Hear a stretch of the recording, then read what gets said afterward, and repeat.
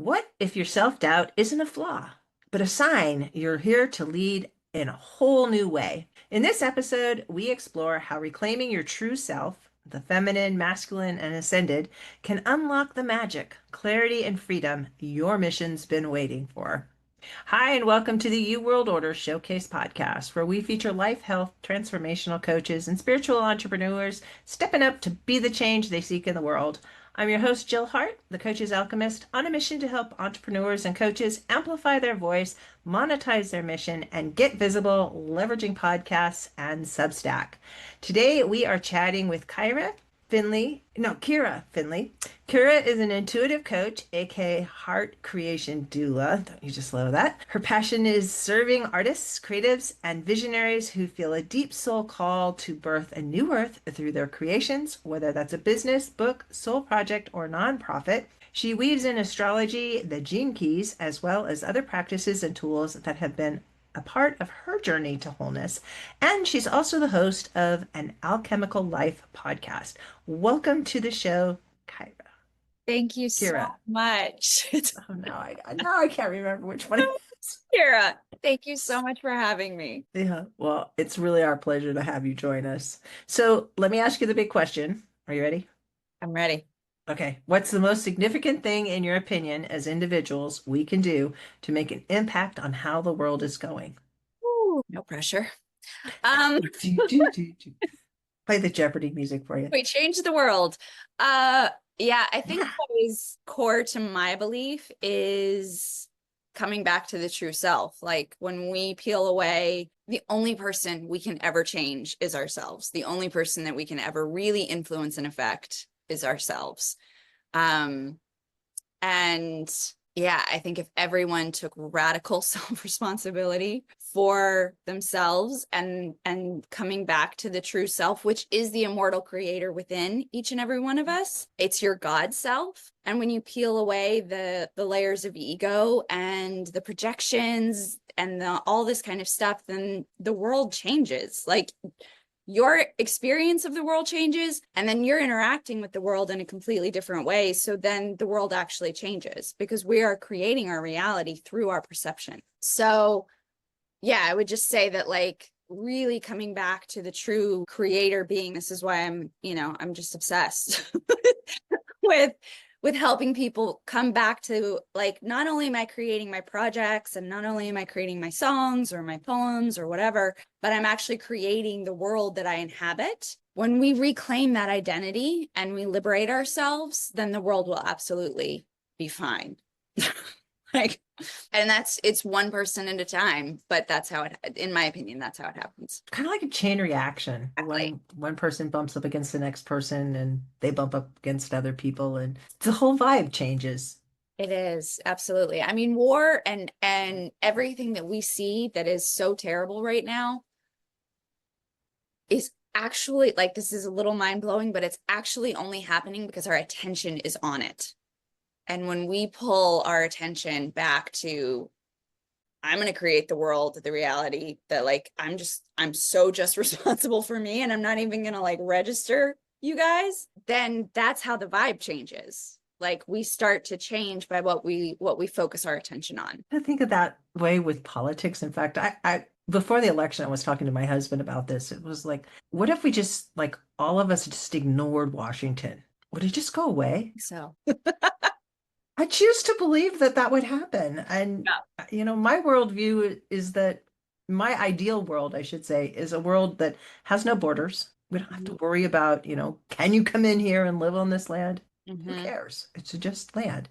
We should be able to move wherever we want to move. And we should be able to, harvest from the land and plant and just, like, enjoy being rather than defending stuff. Yeah. Because Well, stuff you're is just stuff. It doesn't actually even exist. totally. I mean, you're talking about the roots of patriarchy right there. Like, patriarchy started when we started owning land. Mhm. And then it began, like, being passed down through the father line, and that's how we got the system that we have right now. But yeah, I mean, if you go, I'm not exactly sure how far back, but if you go way, way, way, way, way back in our history, like, we were nomads. We were exactly what you're talking about. Like, we we just wandered and encountered other people, and there wasn't really a possessiveness about it. It was like, oh, we can all coexist on this planet because I mean, have you seen her? She's incredibly abundant. You know, Yeah. we're all acting like there's a short supply, you know, which I don't say that flippantly to disregard where there actually is starvation and because of our choices over a long Mhm. period of time. Like, yeah, there are challenges, but yes, I totally agree with you. The more that we can simplify down to, yeah, just the bare essentials and truly back to your original thought, like if we ignored Washington, we'd stop giving it our power. If we ignored a lot of things, they're getting power from our attention. Our attention is our energy, and our energy is the currency of who we are. Like that is the thing that we have to spend. And um it enslaves us when we buy into all of these things that are happening. It generates fear and anxiety in people, and they sense that there needs to be a change, and so that polarizes people, and yeah. that's when the fights start. It's like, do you Well, have to be right? Can't you just like yeah. be? Yes, absolutely. That, I mean, gosh, we're getting so deep, but that goes into the idea of polarity and duality and Mhm. the idea that there are actually two things, you know, when there's Republican and Democrat, there's right and wrong, there's, you know, good and evil, there's, you know, and it's actually all just part of this like sphere that everybody sees a different piece of. And if we recognize that, then that would be the end of war, you know? And the other thing I was just going to say is also like people are so easy to control when they're afraid. Mhm. And so, yeah, like there's definitely an agenda there. If they keep us afraid of the world falling apart, one of my favorite teachers, his name is RJ Spina. He says, if it doesn't make you feel freer and lighter, ignore it. And that will make you feel freer and lighter. Yeah. Guaranteed. Oh, And totally.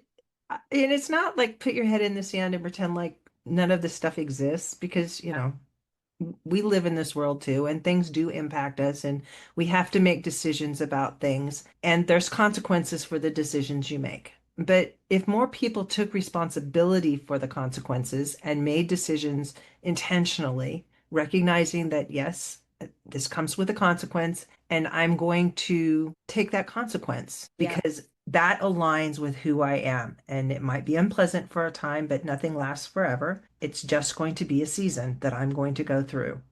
And if if we could live more like that, Mhm. I think we would all see a lot more magic in our lives. Mm, I absolutely 100% agree with you. I mean, we have the systems that we have now because we had as a species, I think, we had a desire to abdicate power. There was in somewhere in our evolution, there was this actually like, how do I want to say this? We couldn't be controlled unless we opted in, Mhm. you know, and that I love what you're speaking to of like us taking responsibility for our decisions. I think that's how we got where we are right now is because we stopped at some point and we wanted somebody else to make the hard choices. And and the more that we can come back to, and it starts on a very individual basis, you know, and then like you said, it's that ripple effect, but the more that we can come back to owning our own choices, then yeah, that is where the magic happens because that's when you start to realize that you do affect your own life. Stop playing the victim and then you become powerful. Like then you feel empowered. So yeah, that's You become the hero because that's the only other role there is left to play. exactly main character energy.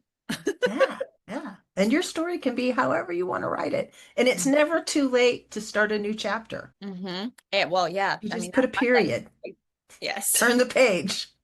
totally. I've started so many new chapters in my life. It's ridiculous. I got my first tattoo when I was 62 years old. It's my Oh, only tattoo, but I love it. I love it. I have yet to get my first. You're inspiring me. I I had henna, the tattoo design I wanted. I did it in henna for a while, and it That's for big. like a year. I gave it a lot of thought about what I wanted and how I wanted it done, and then I just did it, and I feel really good about it. Yeah. And my 60-year-old sister, my dad is he's 89, very anti-tattoos because he's of that generation where, only Yeah. yucky people get tattoos. And Uh-huh. so I show up with my tattoo in Arizona and it's on around my ankle. And my sister's like, Dad, Jill got a tattoo. And she was totally meaning it Dynamics tongue never in stop. cheek. So funny. I love that. So let's talk about your program, which is Awaken Your Magic. Mhm. So I think that fits right in with what we're talking about here. Yeah, totally. I really created this program. I mean, I'll just give a little overview and then I'd Mhm. love to touch on the whole like self-doubt piece that you Mhm. addressed at the beginning. I really created this program from a desire. I know you'll probably ask me more about my story, but a little bit about my story Yeah, is tell I me your came story. back to my creativity later in life. In Mhm. like I was about 37, 38. I had pursued like a completely different career path. I was in event management and had a catering business, which is kind of creative, but I was really always trying to build up these things so that I could go back and like I could create enough financial cushion to go do what I wanted to do. And so I've experienced a lot of years of my life not doing what I actually love to do. And my passion is to assist people to bridge that uncomfortable transition. So yeah, it's a coaching container. It's 6 sessions. We start with an astrology reading and a gene keys reading, which are not just like reading. It's like me getting to know you, getting to know your dream, getting to know your goal. And then we take 2 sessions to really establish. I work with the feminine and the masculine energies. So we really take another 2 sessions to kind of establish foundation and safety within you, within your feminine, um so that you trust, like you have to have an internal safety and an internal home to come home to before you can like launch out and take big risks, so we establish that first, and then we move to the more masculine energy where we start talking about like, okay, like how does this actually happen and what does this look like, and yeah, the goal is really to take people from like a place of being stuck and confused, and like I know I have, like you said in the introduction, like I know I have this thing burning on the inside of me that would actually make our world a better place, and I'm gonna, like, I have one of these. It's a fantasy trilogy that I'm writing, and I've told my friends multiple times, like if I get to my deathbed and I haven't done this, that's going to be what I regret. So I really want to take people who have that burning passion from the place of like, yeah, but I don't know what to do. I'm stuck, or maybe I'm talking myself out of it, or I'm confusing myself with too many options, to a place of clarity and action and empowerment, so that they can live their dreams. I love that. So I do too. yeah, that just like it Oh, so aligns with what I'm doing and in terms of just like giving people a platform to be visible. And it's really we all need to be more visible because the world needs us. 100%. And those of us that really have a vision, in my experience thus far, we're the least likely to pipe up. We're Mhm. the least likely to like feel entitled to grab people's attention, because there's a purity of intention that is seated within most of the people that I'd say all the people that I've worked with so far, and everybody I've encountered in our realm. There really is a purity of intention that, and like a devotional aspect that can so easily translate to disempowerment and doubting yourself, and like really cutting yourself out from under cutting the rug out from under yourself.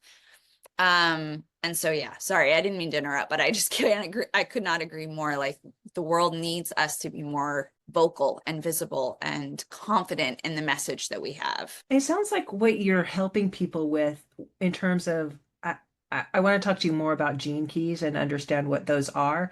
But I know that with astrology, astrology is astrology is empowering for Mhm. people, and human design is another thing. I don't understand it, but I know that I've studied it a little bit for my own sake, and it's like it's just so empowering to know that you're here, you're designed with a purpose. I like to think that astrology, when you get your birth chart, it's like the love note you wrote yourself before Oh you my came gosh, here. that's what I tell my clients. I say Right?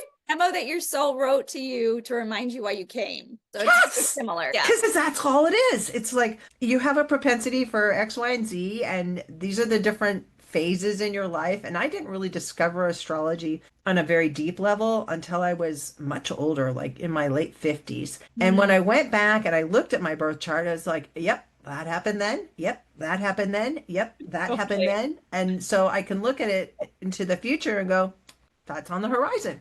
So Absolutely. I'm right where I need to be. And all the things that I was told all my life about, being bossy and pushy and all those things that are like daggers in my heart, Yeah. they were for a reason. It's to You get were me here. you were designed that way. Yeah. Yeah. Astrology is a really, really beautiful shame buster. Mhm. Because it normalizes the character aspects and the thing. I like again another frame I like to put on it is it's like the character that you said you would come play. Yeah. Like we're all one consciousness, we're all one being, and we all individually incarnate into these roles within the play of life. And if you like you actually came to play that character, you didn't come to be like if you're what are you, Aries? You must have a lot of Aries. And Pisces. Pisces. How did you get bossy then? Oh. Where'd that come from? Oh, I want to see your My mother told me I was bossy a lot. Probably because I was a lot taller than she was and it was intimidating. Do you know what your rising sign is? Aquarius. No, Ah, Sagittarius. there it is. I have a Sag moon.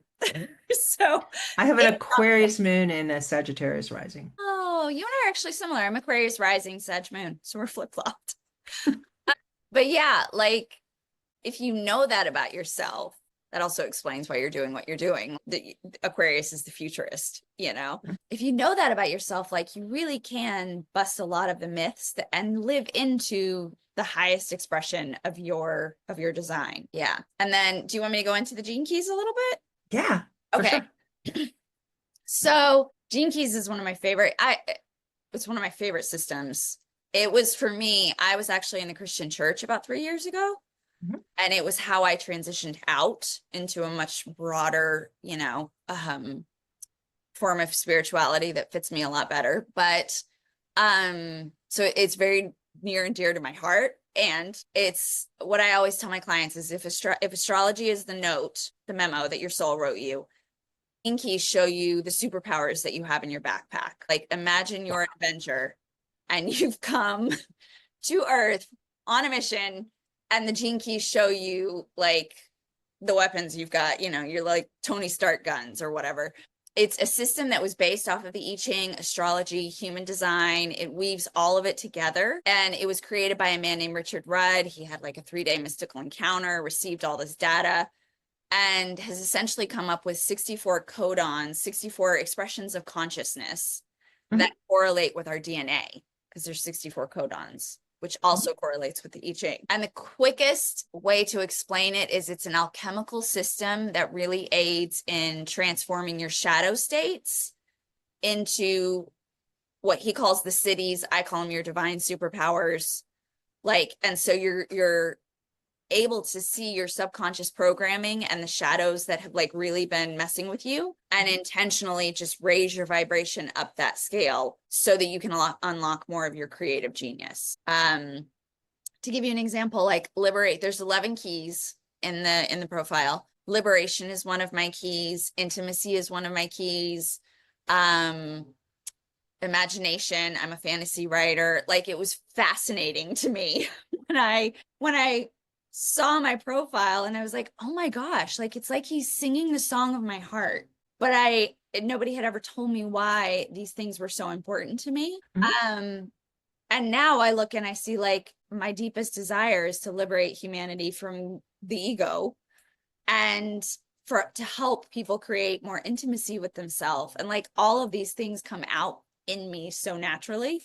And so I find it to be like a really, really beautiful tool, especially with creatives to help them identify their superpowers. And again, play to your strengths. Like you're wired this way. You're not wired to be this way. So yeah, it's incredible. No matter how many times people tell you otherwise. I think people burn out because they get into they box themselves in. They allow themselves to be boxed in by society's norms and you should do this and you have to do that things that, we all go through it. Nobody escapes childhood without some trauma. I've had 5 kids and I've traumatized them all. No.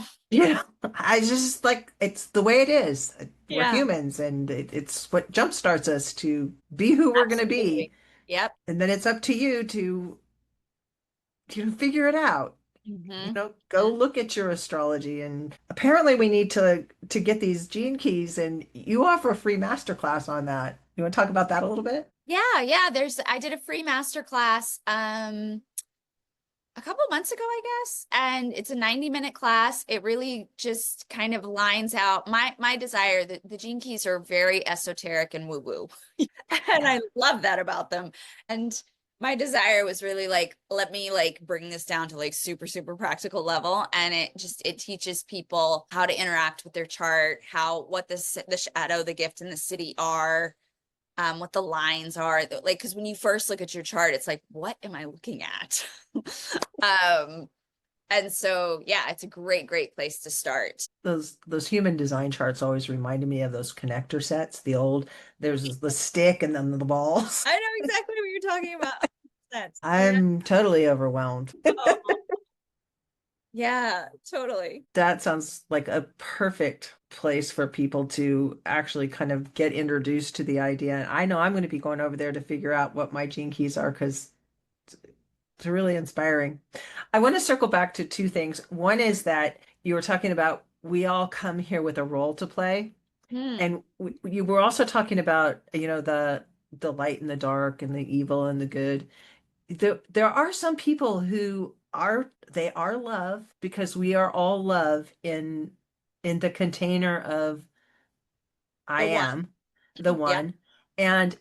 And yet some souls decide they're going to come down and be the adversary. They're going to be that person that helps you become your better self. And sometimes there are people that rub everybody the wrong way, but it doesn't make them a bad soul. Yeah, They're there's not the devil.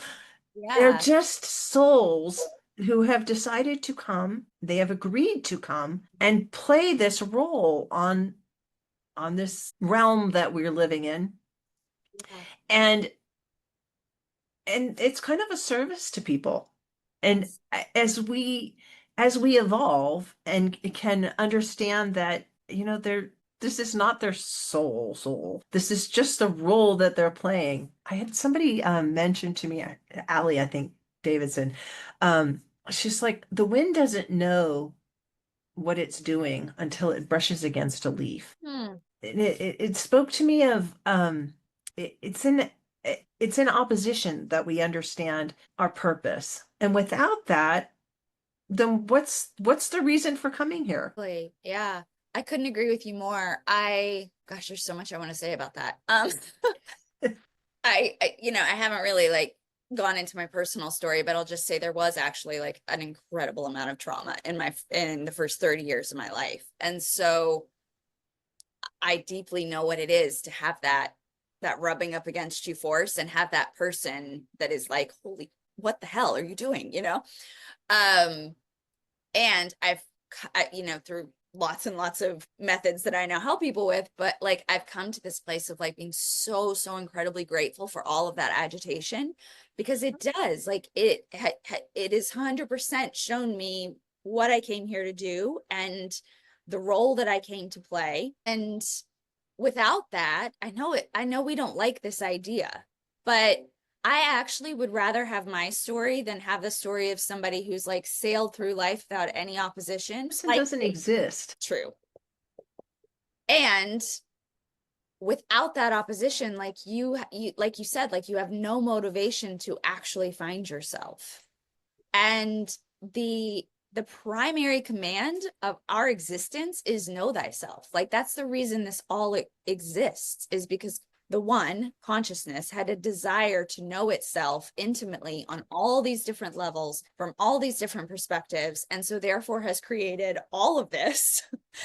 And And so it's our job to know ourselves, and that darkness. I don't know if you ever listened to Matthias De Stefano, but he talks about that quite a bit, that what we label as darkness is actually just the negative, which again, even that word has a connotation to it, but it's actually just a polarity of energy. And it's just the energy that comes in to force forward movement. Otherwise, we would just stay where we are. And so What would be the point?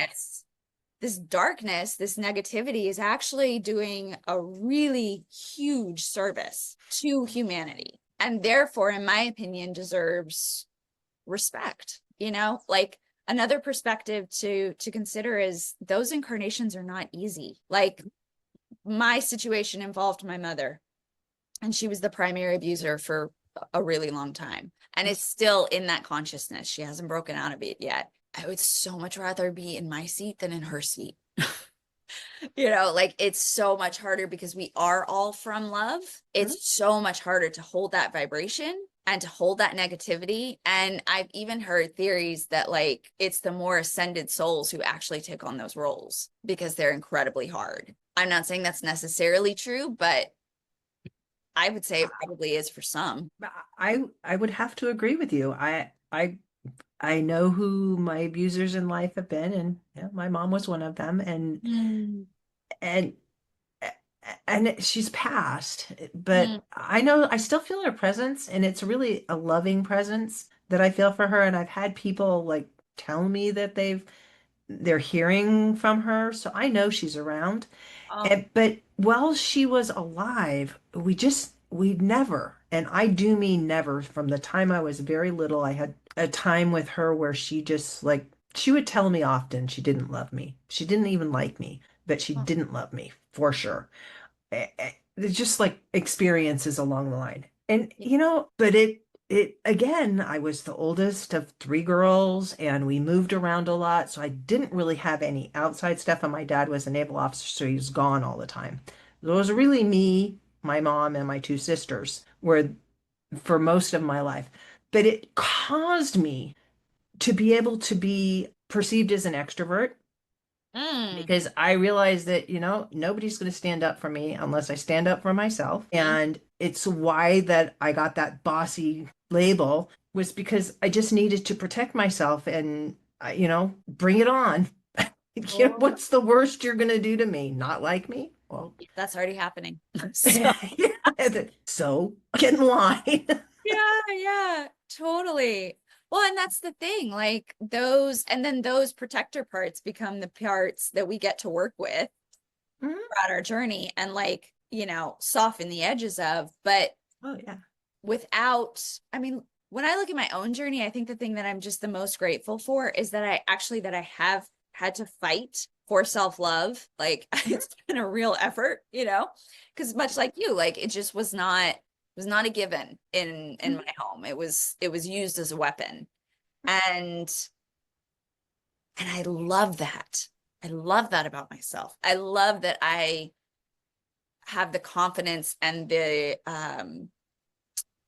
determination, and really, like, that resiliency is what all of the negative, evil, dark experiences in our life build, is this resiliency and this strength.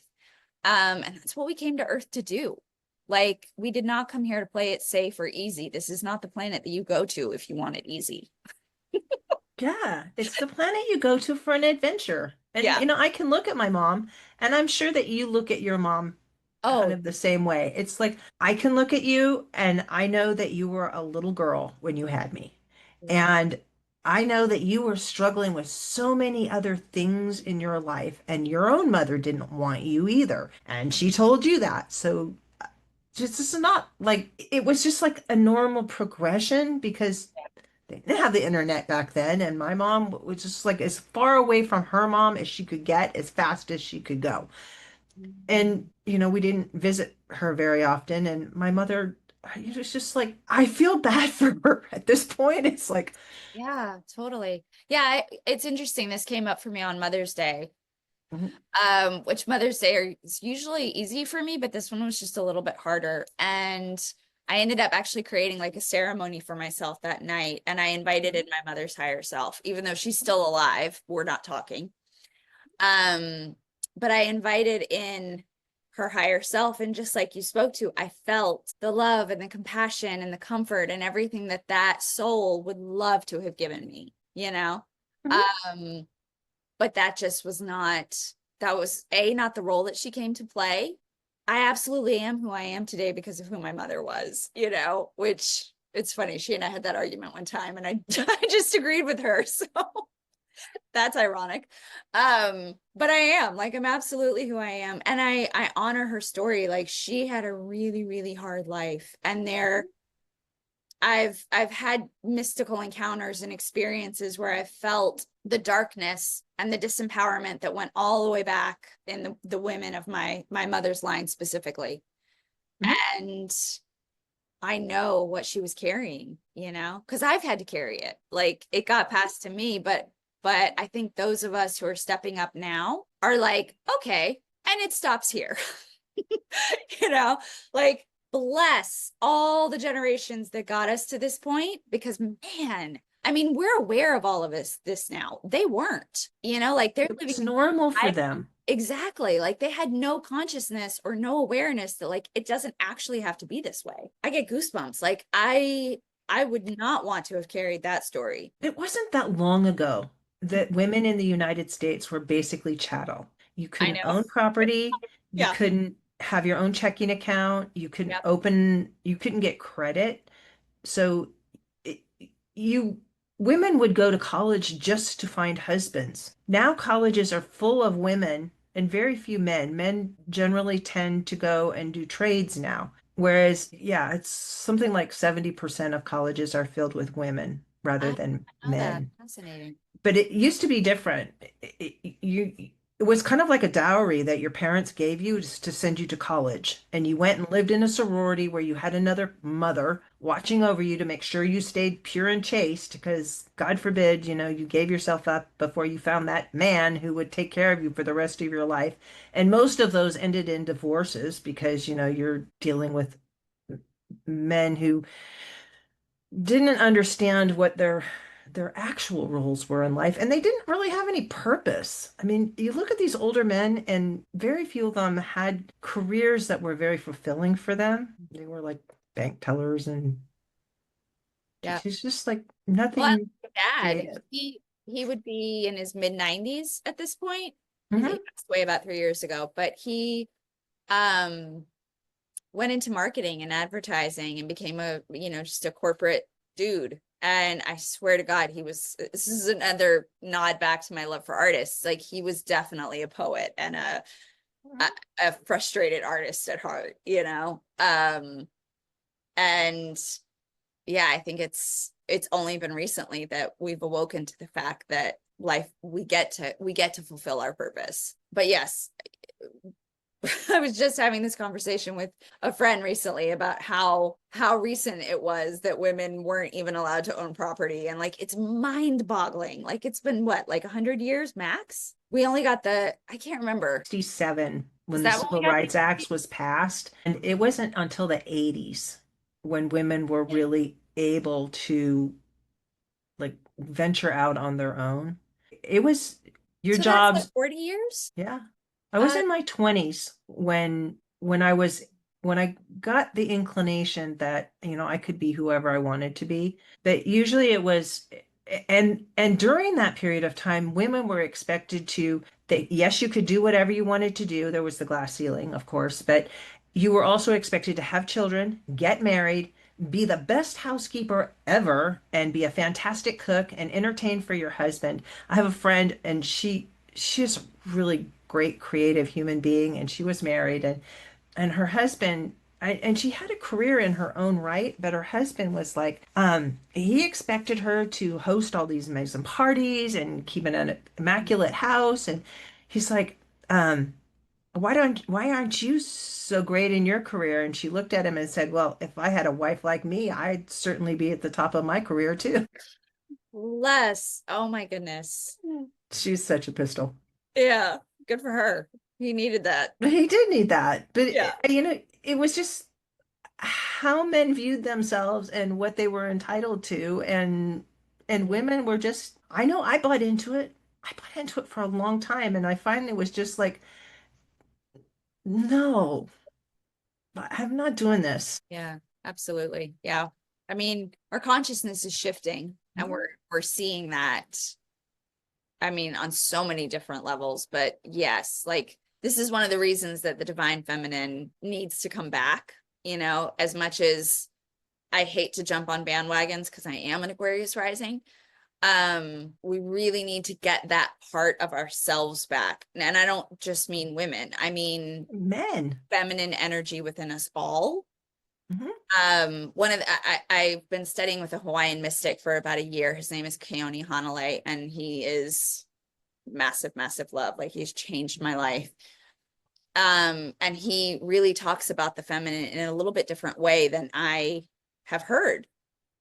Because in the Mu culture, the feminine is the leader, like Mhm. which we've heard that sort of like about ancient societies and that kind of thing, that they were more matriarchal. But within all of us, the feminine is the leader. She's also the foundation, and she's the guide, and she's the safety and the belonging, the protection, even. Like we've out She's the warrior.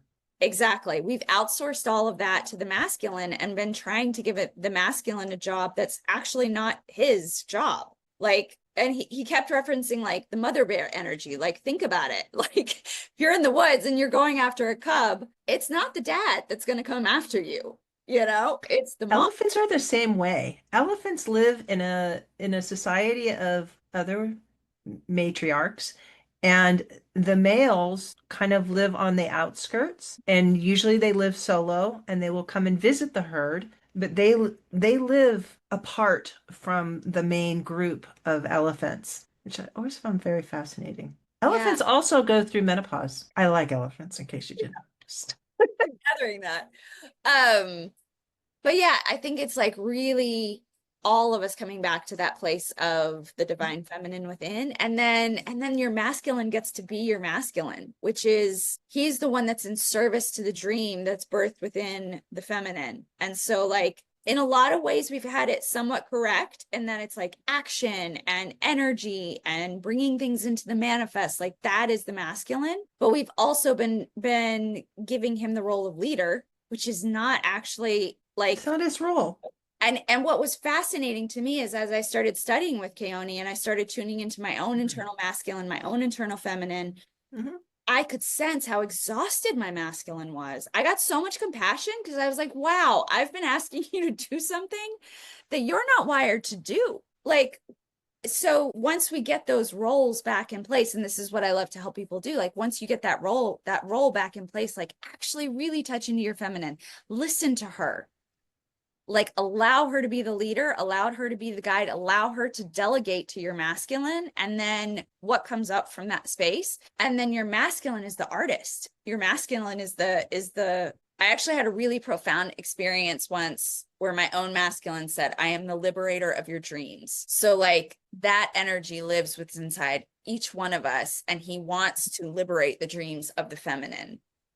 um so yeah, I think that's where we're headed as a society, is like getting those roles back in place, not from a male female perspective, but the the internal workings within each one of us, because we all have Mhm. masculine, feminine, and then the ascended self. Yeah, that's where we're going. And for women to be able to recognize in men, because it's partly women's fault too, because we allowed them to think that we relinquished control in hopes of security, 100%. when that that's not how we were designed. And now we're moving into a place, in a space where we can own who we are. It's not two halves becoming one. It's two individuals coming together to create something even more amazing as a third thing, retaining their individuality. And it's not expecting people to change to accommodate you. It's being able to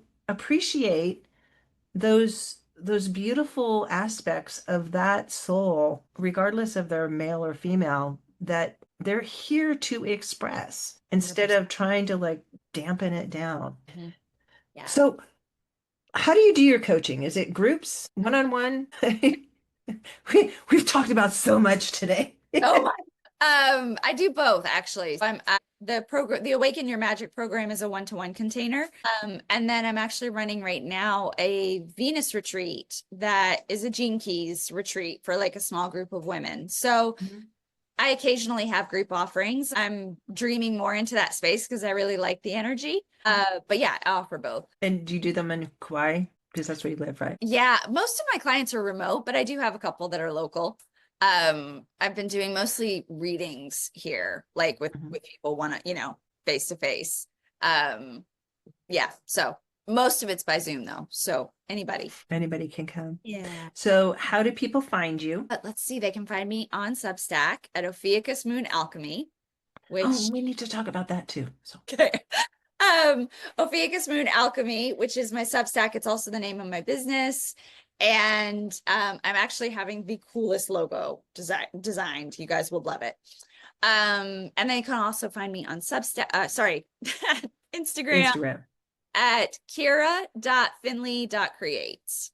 But I'm on Substack more, to be honest. Because we love Substack. We do. It's definitely the place where I just feel like it's a place for true creatives, you know? Yeah, it's a special space. It doesn't have any advertising, it doesn't have any censorship. People kind of self-censor over there, Yeah, yeah, but totally.